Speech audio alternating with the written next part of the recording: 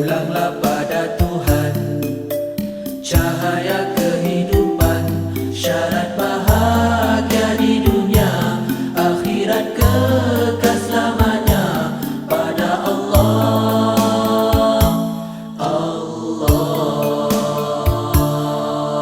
Sudah menjadi lumrah kehidupan di dunia, cabaran dan dugaan mendewasakan usia, rintangan dilalui, tambah pengalaman diri, sudah sunnah ketetapan ilahi. Deras arus dunia menghanyutkan yang terleka, indah fata morgana melalaikan menipu daya, dikejar dicintai bak bayangan tak bertepi, tiada sudahnya dunia yang dicari. Begitu indah dunia, siapapun kan tergoda, harta pangkat dan wanita melemahkan jiwa.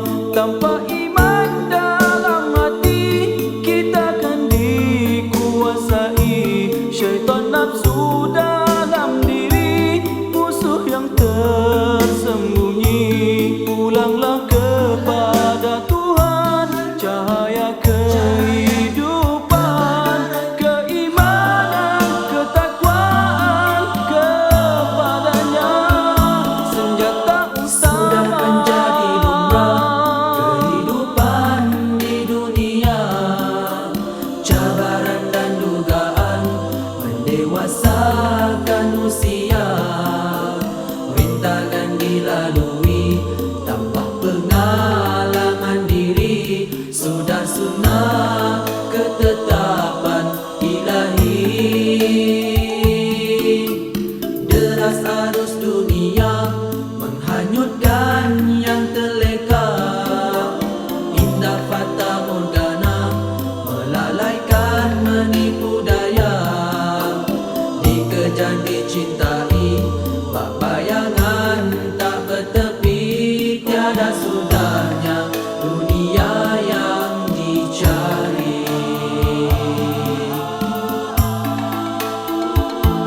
Begitu indah dunia, siapapun kan tergoda, harta pangkat dan wanita melemahkan jiwa. Tanpa iman dalam hati, kita kan dikuasai syaitan nafsu dalam diri, musuh yang tersembunyi.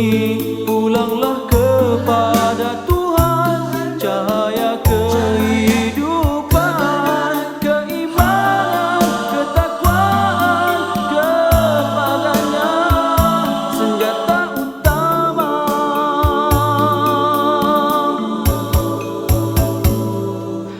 Sabar menempuh jalan, tetapkan iman di hati, yakinkan janji Tuhan, syurga yang sedia menanti. Imanlah penyelamat, dunia penuh pancaroba, hidup akhirat kita kekal bahagia.